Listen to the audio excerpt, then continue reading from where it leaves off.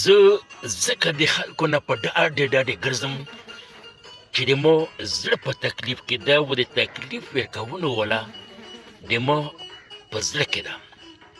د ما شیرینه وروره ایوریس په کلاس کې ماسټر ډېرې بړبوکې ډکې کړې و، بیا په ټولو بړبوکو د خپلو شاګردانو نومه ولیکله و، بیا یې په کلاس کې پرېښوې و. ټولو شاګردانو لا یې دا اډر ورکړ چې د تاسو سره صرف 1 منټ ته و د په دغه بړبوکې کې د خپلې نومې یوه خپله بړبوکې راټوله کړو، راونسو.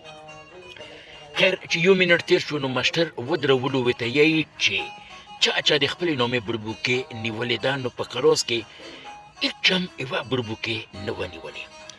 بیا ورته ماسټر وویل چې ښه اوس دوهمه طریقه کړو.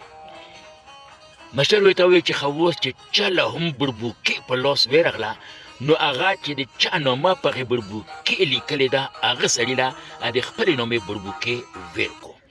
نو دغسې چا به چې بړبوکې نیوله نو هغه چې نامه یې لیکلې وه نو هغه له به یې خپله بړبوکې ویر کوله. نو په 1 منټ کې ټولې بړبوکې خپلو خلکو له ماشومانو له ورسېدې.